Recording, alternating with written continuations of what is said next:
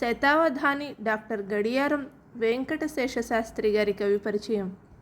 ఆధునిక ఆంధ్ర కవుల్లో ప్రముఖులు శతావధాని డాక్టర్ గడియారం వెంకటశేష శాస్త్రి గారు. ఈయన తల్లిదండ్రులు నరసమాంబ రామయ్యలు. కడప జిల్లా జమ్మలమడుగు తాలూకా నెమళ్లదిన్నె అనే గ్రామంలో ఈయన జన్మించారు. ఈయన దుర్భాక రాజశేఖర శతావధాని గారితో కలిసి కొన్ని కావ్య నాటకాలు రాశారు. గడియారం వారి పేరు చెప్పగానే శ్రీ శివభారతము అనే కావ్యం గుర్తుకు వస్తుంది. పారతంత్ర్యాన్ని నిరసించి స్వాతంత్ర్యకాంక్షను అణువణువున రగులుగొల్పిన మహాకావ్యం ఇది.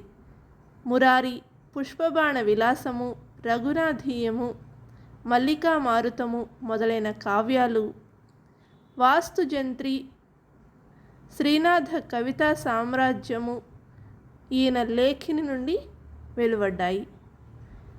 కవితా వతంస, కవిసింహ అనే బిరుదులు మరియు అవధాన పంచానన అనే బిరుదులను కూడా ఈయన అందుకున్నారు. మీకు ఈ వీడియో నచ్చితే లైక్ చేసి సబ్స్క్రైబ్ చేయండి. Thank you.